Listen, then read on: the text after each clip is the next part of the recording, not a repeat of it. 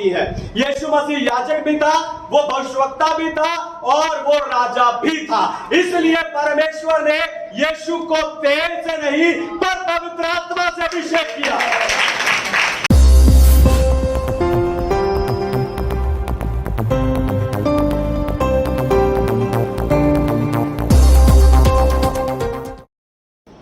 Hallelujah. तो आइए आज के वचन में चले, पवित्र शास्त्र बाइबल से आज का संदेश सुने। आज का संदेश है, स्वर्ग ने आप में क्या निवेश किया है। स्वर्ग ने आप में क्या निवेश किया है। एक भाई शेयर बाजार में निवेश करता था। एक दिन उसके एजेंट ने उसे 2 कंपनियों के शेयर खरीदने के लिए कहा, पर उसके पास एक ही कंपनी के शेयर खरीदने के लिए पैसे थे। पहली कंपनी इलेक्ट्रॉनिक चिप बनाती थी और दूसरी कंपनी कंप्यूटर के सॉफ्टवेयर बनाती थी। उस समय इलेक्ट्रॉनिक चिप का दौर चल रहा था। हर एक सामान में छोटी बड़ी इलेक्ट्रॉनिक चिप है ना, एक क्रांति की तरह यूज हो रही थी। इसलिए उस भाई ने क्या किया, उस इलेक्ट्रॉनिक चिप बनाने वाली कंपनी में के शेयर खरीद लिए। 6 महीने वो कंपनी बहुत अच्छी चली, उससे मुनाफा भी हुआ, लेकिन धीरे धीरे उस कंपनी के शेयर गिरने लगे और बहुत जल्दी वो कंपनी बंद हो गई। फिर उसे पछतावा हुआ कि मैंने ऐसी एक गलत कंपनी में पैसे क्यों लगाए, क्योंकि वो दूसरी जो कंपनी थी, वो दूसरी कंप्यूटर सॉफ्टवेयर बनाने वाली जो कंपनी थी, वो थी माइक्रोसॉफ्ट, जिसे आज पूरी दुनिया जानती है। हालेलुया। कभी कभी हम भी अपने पैसों को, रिश्तों को या भावनाओं को गलत निवेश कर बैठते हैं और फिर लंबे समय तक पछताते रहते हैं। पर आपको बताऊं, परमेश्वर का निवेश ऐसा नहीं है। जब परमेश्वर निवेश करते हैं तो उसका फायदा सिर्फ परमेश्वर को नहीं होता, पर उसके लोगों को भी होता है। हालेलुया। तो स्वर्ग ने आपके फायदे के लिए आप में क्या निवेश किया है, यही बताकर आज मैं आपको उत्साहित करने जा रहा हूं। लेकिन उससे पहले मैं चाहता हूं कि दुनिया भर से जितने विश्वासी स्पिरिचुअल पैशन असेंबली यानी आत्मिक उत्साह की सभा के संदेश को सुनते हैं, हम जोरदार तालियों से उनका स्वागत करें।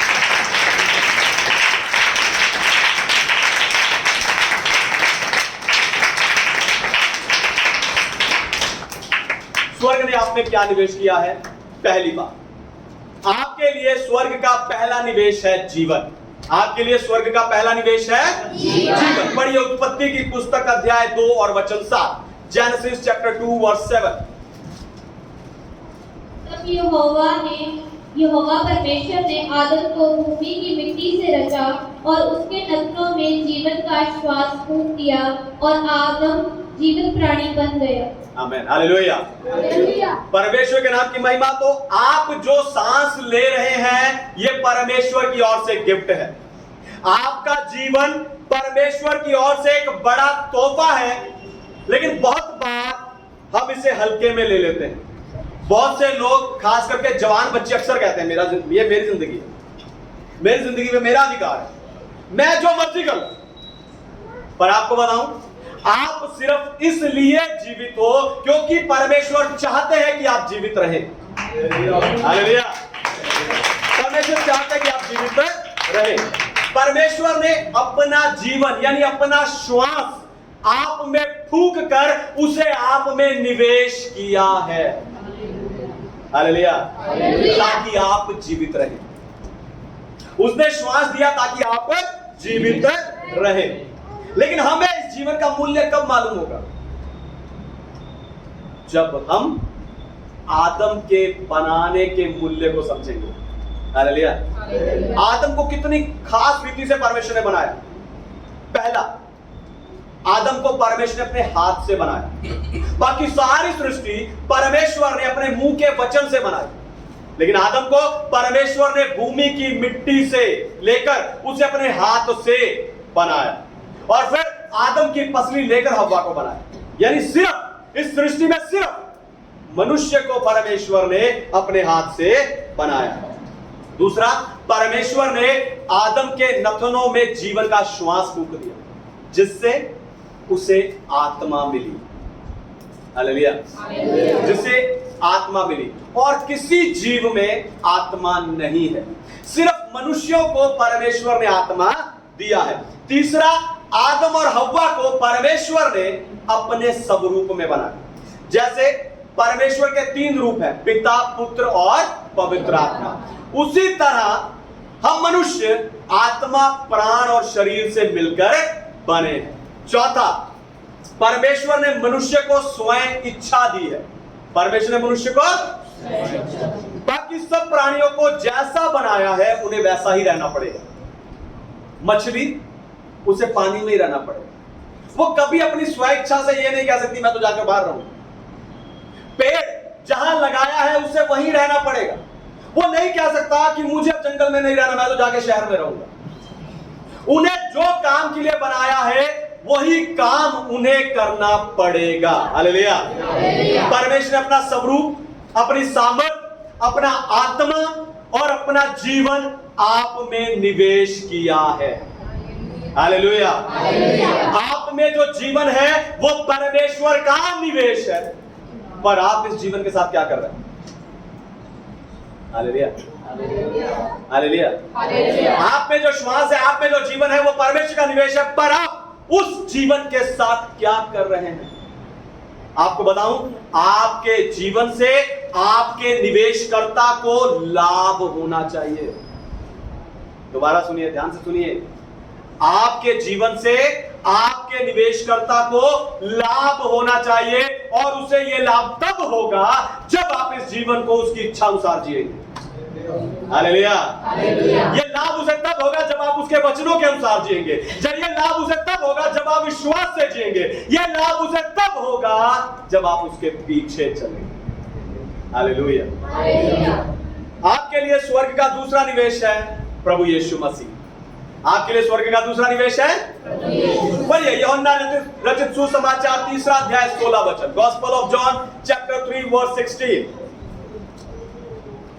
क्योंकि परमेश्वर ने जगत से ऐसा प्रेम रखा कि उसने अपना इकलौता पुत्र दे दिया, ताकि जो कोई उस पर विश्वास करे वह नष्ट न हो परंतु अनंत जीवन पाए। आमीन। हालेलुया। परमेश्वर के नाम की महिमा हो। तो जब आदम के पाप करने के द्वारा सारी मानव जाति श्राप और मृत्यु के अधीन चली गई, उस समय हमें पाप से, श्राप से और मृत्यु से छुड़ाने के लिए परमेश्वर ने अपने इकलौते बेटे प्रभु यीशु मसीह के लहू को निवेश किया। हालेलुया। परमेश्वर अपने इकलौते बेटे प्रभु यीशु मसीह के लहू को निवेश किया। आप देखो, हमारे उद्धार के लिए जो दर्द, जो कष्ट, जो लानतें, जो बदनामी, जो मृत्यु, यानी सारी की सारी कीमत जो चुकाई जानी थी, उसे परमेश्वर ने उनके द्वारा अदा किया जिनके लिए प्रभु यीशु उस कीमत को चुका रहे थे, यानी हम मनुष्य। हालेलुया।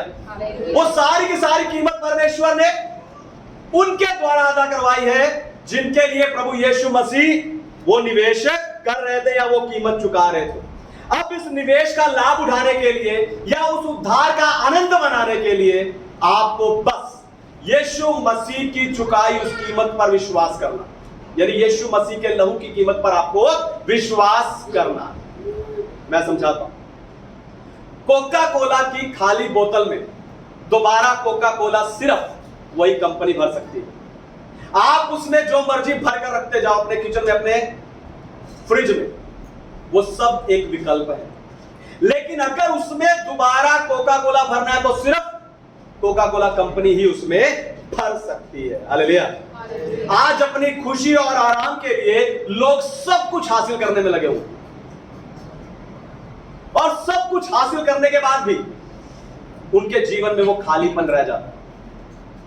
फिर उस खालीपन को भरने के लिए वो लोग ड्रग्स, शराब, पार्टी, शॉपिंग, घूमना फिरना आदि इन सब का सहारा लेने लगते, पर उन्हें इन सब के द्वारा सिर्फ कुछ समय की खुशी मिलती है, कुछ दिनों की, कुछ समय की खुशी मिलती है। याद रखो, आपको असली खुशी, असली आनंद, असली प्रेम, असली आशीषों से सिर्फ आपका बनाने वाला परमेश्वर ही दोबारा भर सकता है। हालेलुया। हालेलुया। इसलिए आपको उस खाली बोतल के समान अपने बनाने वाले और आपको छुड़ाने वाले प्रभु यीशु मसीह के पास लौटना है ताकि वो आपको भरे, हालेलुया, और आप उस निवेश का लाभ उठा सकें। तीसरी, आपके लिए स्वर्ग का तीसरा निवेश है पवित्र आत्मा। आपके लिए स्वर्ग का तीसरा निवेश है पवित्र आत्मा। पढ़िए यूहन्ना का सुसमाचार 3 अध्याय 34 वचन, gospel of John chapter 3 verse 34। क्योंकि जिसे परमेश्वर ने भेजा है वह परमेश्वर की बातें कहता है, क्योंकि वह आत्मा नाप कर नहीं देता। हालेलुया, परमेश्वर के नाम की महिमा हो। तो परमेश्वर ने यीशु को पवित्र आत्मा की असीमित भरपूरी दी है।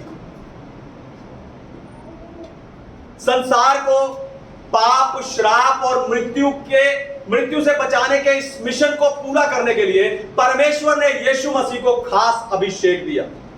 हालेलुया। किसी एक व्यक्ति को अभिषेक करने का अर्थ है कि उसे किसी खास काम के लिए या किसी खास ओहदे के लिए अलग किया जा रहा है। पुराने नियम में सिर्फ 3 तरह के लोगों को अभिषेक किया जाता था। मिलाप वाले तंबू या मंदिर में सेवा करने के लिए याजक को अभिषेक किया जाता था, भविष्यवक्ता को अभिषेक किया जाता था, या सिंहासन पर बैठने से पहले राजा को अभिषेक किया जाता था। पर यीशु मसीह ने ये तीनों चीजें एक साथ की है। यीशु मसीह याजक भी था, वो भविष्यवक्ता भी था और वो राजा भी था। इसलिए परमेश्वर ने यीशु को तेल से नहीं पर पवित्र आत्मा से अभिषेक किया।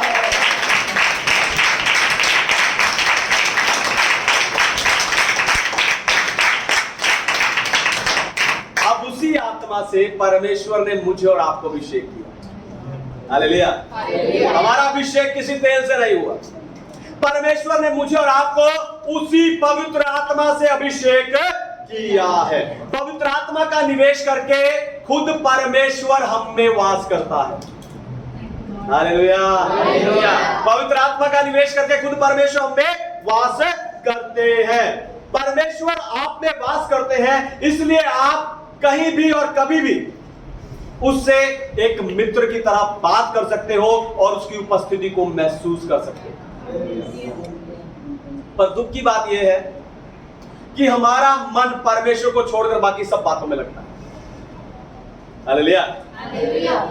हमारा मन परमेश्वर को छोड़कर बाकी सब बातों में लगता है। मुझे वो काम करना था, मुझे उस व्यक्ति से मिलना रह गया, अरे उस काम को करने की योजना बनानी रह गई, उसकी योजना मुझे बनानी है। अरे पढ़ाई, काम, इन सब की चिंता आपको आप में परमेश्वर के होने का अनुभव या महसूस होने नहीं देते।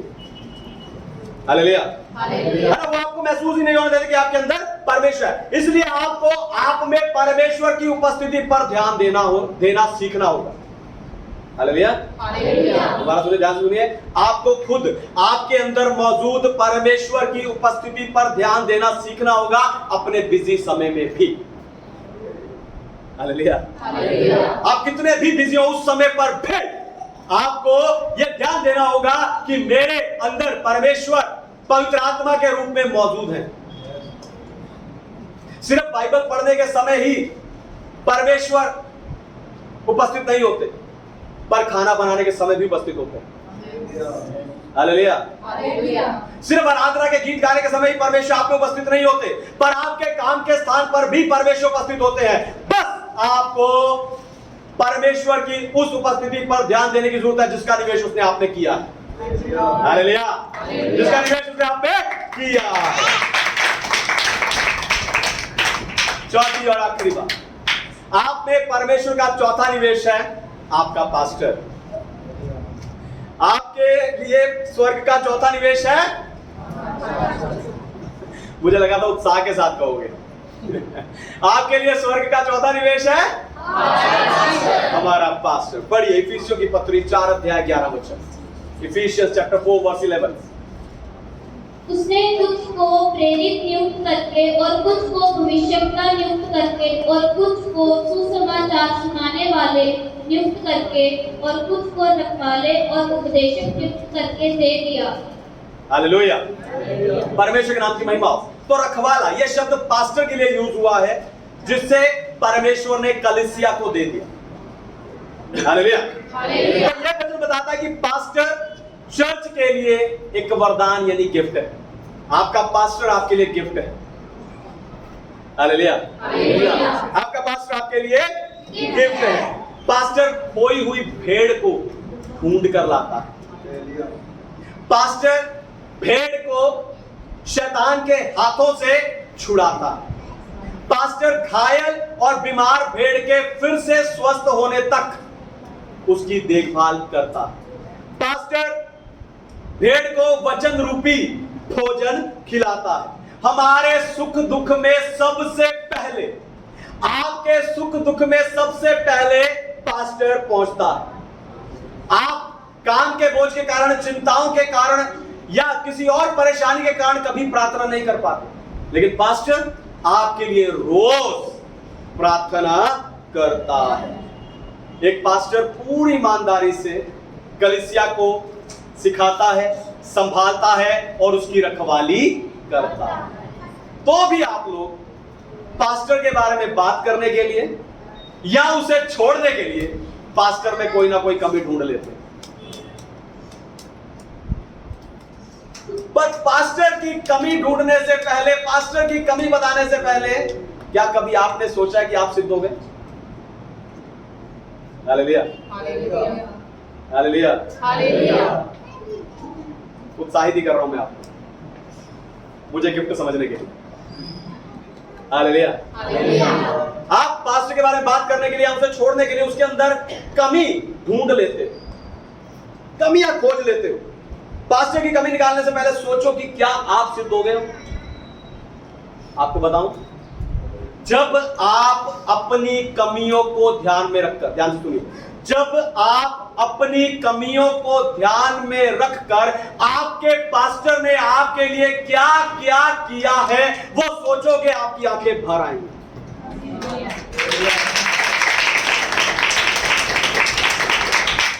यिर्मयाह भविष्यवक्ता की पुस्तक 3 अध्याय 15 वचन में परमेश्वर कहते हैं कि मैं तुम्हें मेरे मन के अनुसार एक चरवाहा दूंगा जो तुम्हें ज्ञान और बुद्धि से चराएगा। यानी पास्टर के पास परमेश्वर का मन होता है। हालेलुया। एक पास्टर के पास परमेश्वर का मन होता है, ऐसा मन जो सबके लिए समान रूप से खुला रहता है। पास्टर के लिए कोई छोटा कोई बड़ा नहीं, वो सबके लिए समान रूप से खुला रहता है। एक ऐसा मन जो मुश्किल समय में अपने लोगों की देखभाल करता है। एक ऐसा मन जब आपके प्रियजनों की मृत्यु होती है उस समय पर आपको संभालता है। एक ऐसा मन आपकी आर्थिक तंगी में, पैसे की कमी में वो आपको मदद करता है। एक ऐसा मन जो आपको चंगाई, छुटकारा, आशीष, वरदान, उत्साह और अभिषेक और सेवकाई के लिए उत्साहित करता है। हालेलुया।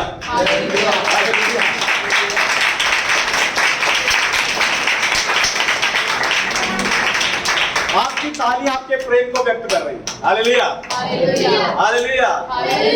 आप पास्टर का प्रचार भूल जाओ चलेगा। ध्यान से सुनिए, आप पास्टर का प्रचार भूल जाओगे चलेगा, पर आपके लिए जिस पास्टर ने ये सब किया है उसे कभी नहीं भूलना। Hallelujah, hallelujah, hallelujah. एक पास्टर पूरे मन से, ध्यान सुनिए, एक पास्टर पूरे मन से परमेश्वर की और लोगों की सेवा करता है, क्योंकि वो जानता है परमेश्वर ने उसे लोगों के लिए ही निवेश किया। हालेलुया, उसे निवेश किया, इसलिए पास्टर आपके लिए खर्च होने को भी तैयार है।